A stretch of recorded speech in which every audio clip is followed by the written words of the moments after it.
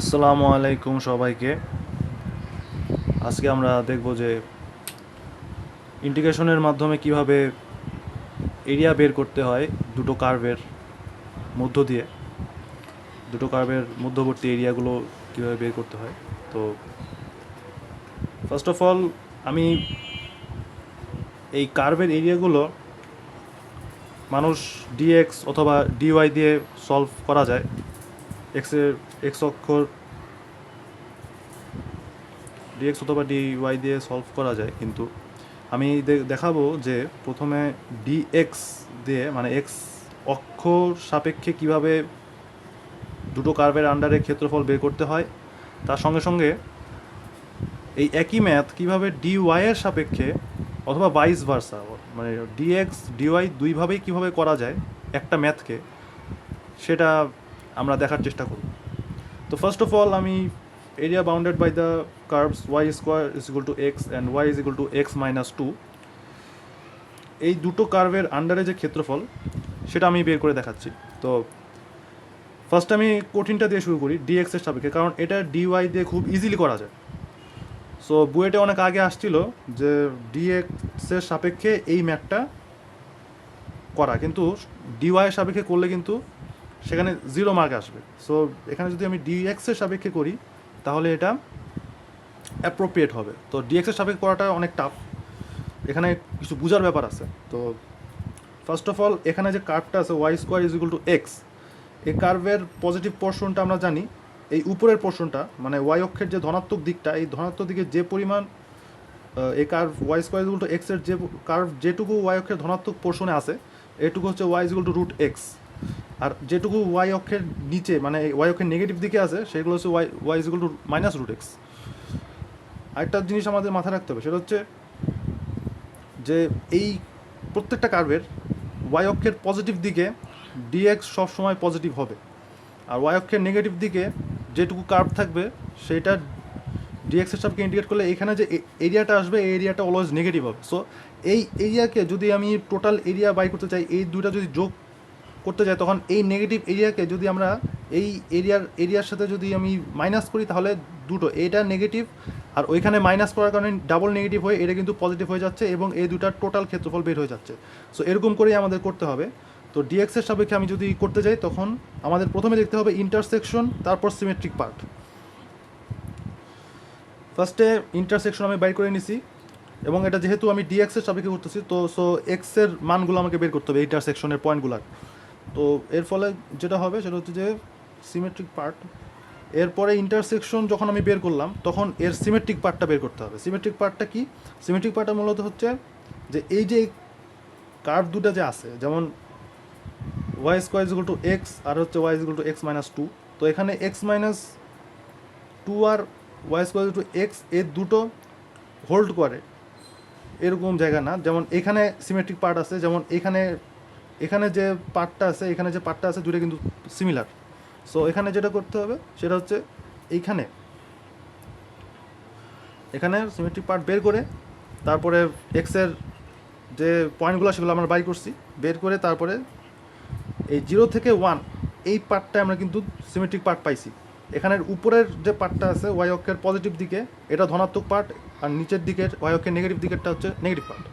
So এই পার্টের অংশটা আমরা এখান থেকে যে এই ক্ষেত্রফল হচ্ছে এই পার্টের এই পজিটিভ দিকটার ক্ষেত্রফল, এই অংশটার যদি এর নিচেরটা ইনক্লুড করতে যাই তখন আমাদেরকে নিচেরটা যেহেতু এই কার্ভটা হচ্ছে minus root X Y, so এখানে 0 থেকে 1 পর্যন্ত মাইনাস রুট এক্স যদি আমি ইন্ডিকেট করি তাহলে কিন্তু এখানে এরিয়াটা রিটার্ন দেবে কিন্তু নেগেটিভ। সো নেগেটিভ দেওয়া মানে হচ্ছে এইটার সাথে মাইনাস হয়ে যাওয়া। সো এই নেগেটিভ হওয়ার কারণে এটাকে যদি আমি মাইনাস করে লিখি বা যদি মাইনাস করে লিখি তাহলে কিন্তু এই নেগেটিভ অংশটা পজিটিভ হয়ে যাচ্ছে, কারণ নেগেটিভ এই double negative positive. So minus করে নিয়ে এটা হচ্ছে এইটুকু পোর্শনের ক্ষেত্রফল। এখন এক্স ইজ টু 1 থেকে এক্স ইজ টু 4 এই অংশটার এই পোর্শনটার ক্ষেত্রফল বের করতে হবে। সো এই পোর্শনটার ক্ষেত্রফল বের করতে হলে প্রথমে বের করতে হবে যে রুট এক্স ডি এক্স, 1 থেকে 4 এই পোর্শনের মধ্যে রুট এক্স আছে, তারপরে মাইনাস এক্স মাইনাস টু এর পোর্শনটা আছে। সো আমি যদি এই এই দুই অংশের ক্ষেত্রফল মাইনাস করি তাহলে কিন্তু টোটাল ক্ষেত্রফলটা মানে দ্বিতীয় অংশের ক্ষেত্রফলটা পেয়ে যাব। এখানে এক্স মাইনাস টু যে পোর্শনটা আছে এই সাইডের এই অংশটা কিন্তু আমার নেগেটিভ চলে আসবে। সো যেহেতু নেগেটিভ চলে আসতেছে, সো আমরা কিন্তু এখানে মাইনাস করে দেওয়ার কারণে এই নেগেটিভ পোর্শনটা কিন্তু মাইনাস মাইনাস ডাবল মাইনাসে পজিটিভ হয়ে এই দুটো টোটাল ক্ষেত্রফলটা কিন্তু এখানে রিটার্ন দেবে। সো একবারে আমরা যদি এই অংশ আর এই অংশ দুটো যোগ দেই তাহলে কিন্তু আমরা একদম টোটাল এরিয়াটা 9/2 স্কোয়ার ইউনিট পেয়ে যাব। যদি আমরা ওয়াই অক্ষের সাপেক্ষে আসি, ওয়াই অক্ষের সাপেক্ষে খুবই ইজি, কারণ এখানে ওয়াই এখানে ওয়াই, সো ওয়াই অক্ষে কোনো সমস্যাই হচ্ছে না। ওয়াই অক্ষে জাস্ট ওয়াইয়ের মানগুলো ইন্টারসেকশনের মানগুলো বের করে এই উপরের অংশটা ওয়াই প্লাস টু, যেহেতু আমরা এক্সের মানটা এখন যেহেতু ডিওয়াই আসছে, সো ওয়াই এর চলক আকারে লিখতে হবে এক্সের মানগুলোকে। So y plus two minus y square dy minus 1 থেকে 2 পর্যন্ত। সো টোটাল আসছে 9/2 স্কোয়ার ইউনিট। -1 থেকে 2, এখানে ওয়াই এর মান হচ্ছে -1 আর এখানে ওয়ান হচ্ছে -1 2 9/2 স্কোয়ার ইউনিট। এটা হচ্ছে আমাদের দুই ডিএক্স এবং ডিওয়াই অক্ষের সাপেক্ষে ওই এই একই টোটাল এরিয়া বের করা। সিমিলারলি আমরা দ্বিতীয় এক্সাম্পলে আসি। So Y equal to 1/x - 1 X axis, X equal to 1/2 এবং এক্স ইকুয়াল টু 2 রেখা দ্বারা সীমাবদ্ধ ক্ষেত্রফল।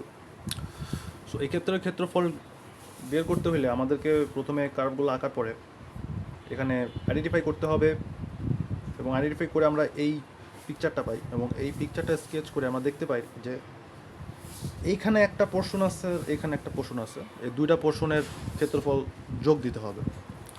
সো ফার্স্ট অফ অল উপরের মানে এক্স ইকুয়াল টু হাফ থেকে এক্স ইকুয়াল টু 1 যে পোর্শনটা আছে এইটুকু অংশের ক্ষেত্রফল আমরা খুব ইজিলি বাই করতে পারি। হাফ থেকে 1 পর্যন্ত 1/x - 1 এই কার্ভের এটা এইভাবে বের করতে পারি। এবং 1 থেকে 2 পর্যন্ত যে পোর্শনটা আছে এই পোর্শনটা আসলে একটু ক্রিটিক্যাল, কারণ এই পোর্শনটা হচ্ছে নিচের দিকে, দ্যাট মিনস ওয়াই অক্ষের নেগেটিভ দিকে। সো এখানে কিন্তু এরিয়াটা রিটার্ন দিবে নেগেটিভ।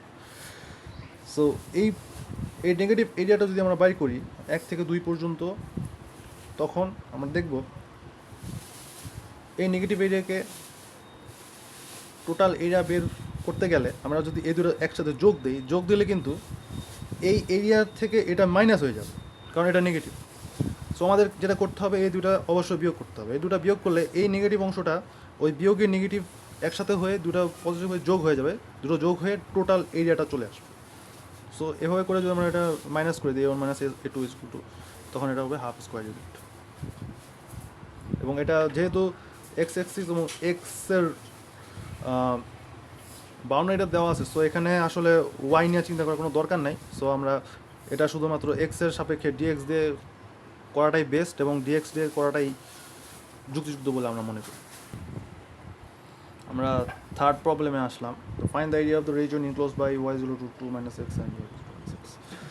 ফার্স্ট অফ অল এসব স্কেচ করতে হলে যেহেতু √2 - x, সো আমরা স্কোয়ার করে আমরা একটা প্যারাবোলার শেপে নিয়ে আসলাম। তখন এটা হচ্ছে √2 - x, মানে উপরের ধনাত্মক পোর্শনটা, আর y2 - x এর গ্রাফ হচ্ছে এটা। তো আমরা যদি উইথ রেসপেক্ট টু ডিওয়াই দিয়ে করি তাহলে ফার্স্ট অফ অল আমরা ওয়াইয়ের সাপেক্ষে করতেছি, কারণ ওয়াইয়ের সাপেক্ষে করাটা অনেক কনভিনিয়েন্ট, কারণ এটা দেখেই বোঝা যাচ্ছে যে এখানে ওয়াইয়ের সাপেক্ষে করাটা বেশি convenient. So x = 2 - y square x = -y। So এভাবে করে আমরা ওয়াই ইন্টারসেকশন নিয়ে আসলাম। ইন্টারসেকশন নিয়ে আসার পরে ওয়াইয়ের মানগুলো দিয়ে কাজ করতে হবে, কারণ এটা DY to take positive Y. So Y = 2, কারণ ওয়াই = নেগেটিভ ভ্যালুটা এখানে চলে আসতেছে, এবং এই জায়গাটা আমাদের দেওয়ার দরকার নেই, কারণ যেহেতু বাই এই অংশটার জন্য করে Y to take positive Y. So Y = 2। So area হচ্ছে 0 থেকে 2 পর্যন্ত, এখানে কোনো সিমেট্রিক কোনো কিছু নাই। সো আমরা 0 থেকে 2 পর্যন্ত 2 - y স্কোয়ার - y ডিওয়াই দিয়ে করলে এটা 10/3 স্কোয়ার চলে আসবে। এখন যদি আমরা এক্সের সাপেক্ষে ওই একই ম্যাথ করতে যাই তাহলে আমাদেরকে দেখতে হবে দুইটা রিজিয়ন। আমাদের দুইটা রিজনে ভাগ করতে হবে। তো এক্সের সাপেক্ষে করতে গেলে ফার্স্ট অফ অল এক্সের ছেদকের মানগুলো, এক্স অক্ষের যে ছেদকগুলো আছে ওয়াই ওয়ান মাইনাস টু, এগুলো মান নিয়ে তারপরে দুইটা রিজনে আমরা স্প্লিট করলাম, স্প্লিট ভাগ আলাদা করলাম, এবং এর ফলে দেখলাম যে -2 থেকে 0 পর্যন্ত একটা রিজন আসতেছে, আবার 0 থেকে 2 পর্যন্ত একটা রিজন আসতেছে। তাহলে প্রথম রিজিয়নের ক্ষেত্রফলটা আমরা বের করতে চাই। প্রথম রিজিয়নের ক্ষেত্রফল হচ্ছে -2 থেকে 0 পর্যন্ত, এখানে দুটা কার্ভই আছে, তাই √2 - x আর -x dx।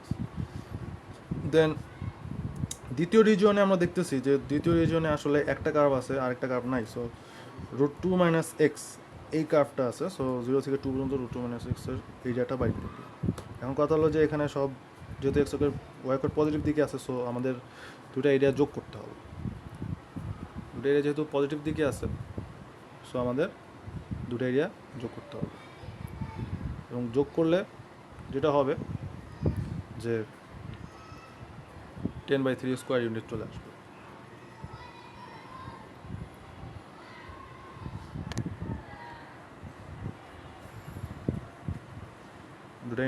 দুটো এরিয়া যোগ করলাম কারণ এখানে কোনো ওয়াই অক্ষের নেগেটিভ দিকে কোনো পোর্শন নাই, সব এক্স অক্ষের পজিটিভ দিকে, সো ওয়াই অক্ষের পজিটিভ দিকে, সো এই কারণে ডিএক্স কিন্তু উপরের দিকে থাকবে, সো ডিএক্স দিকে থাকার কারণে দুটো যোগ দিয়ে 10/3 স্কোয়ার ইউনিটে চলে আসলো। Thank you. Here is another example. Find the area between y is equal to x square minus 4 and x square. First of all আমাদেরকে কার্ভগুলো আঁকে নিতে হবে। y is equal to x square minus 4.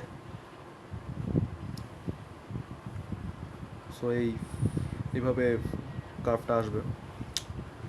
So আমরা যদি দেখি যে x axis হচ্ছে এটা -1 2 3, এখানে x অক্ষের ছেদক -2, সো এখানে -1, এই পোর্শন আর এই পোর্শন এই দুটো যোগ করলে আমাদের টোটাল এরিয়া চলে আসবে।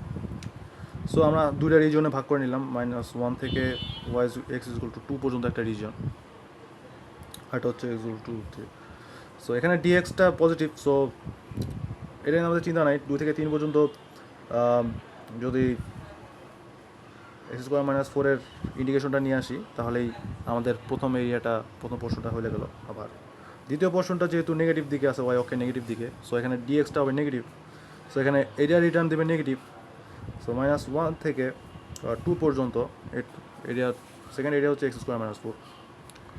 সো নেগেটিভ এরিয়া দেওয়ার কারণে আমাদের যেটা করতে হবে, অবশ্যই এই পোর্শনটা এখান থেকে মাইনাস করতে হবে। মাইনাস করলে এই দুটো মাইনাসে প্লাস হয়ে গিয়ে এই দুটো যোগ হয়ে যাবে, আলটিমেটলি এর টোটাল এরিয়াটা বের করতে পারবো। আর যদি এটা প্লাস করে দেয়, মানে যদি যোগ করে দেয় A1 A2, তাহলে এটা আলটিমেটলি এটার সাথে এটা বিয়োগ হয়ে যাবে, সো আমরা কিন্তু টোটাল এরিয়া পাবো না। সো এরিয়া A1 - A2 বিয়োগ করে নিলে 34/3 স্কোয়ার ইউনিট, এটা হচ্ছে আনসার, 34/3 স্কোয়ার ইউনিট।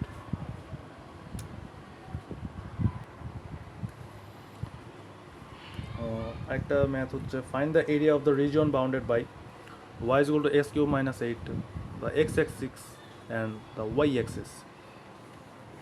তো ফার্স্ট অফ অল আমাদের কার্ভটা আঁকতে হবে, y তাহলে কার্ভটা আঁকলে এরকম কার্ভ আসে, যেখানে y is equal to -8, এই অক্ষে আসলে y-কে -8-এ আসলে কার্ভটা ছেদ করে।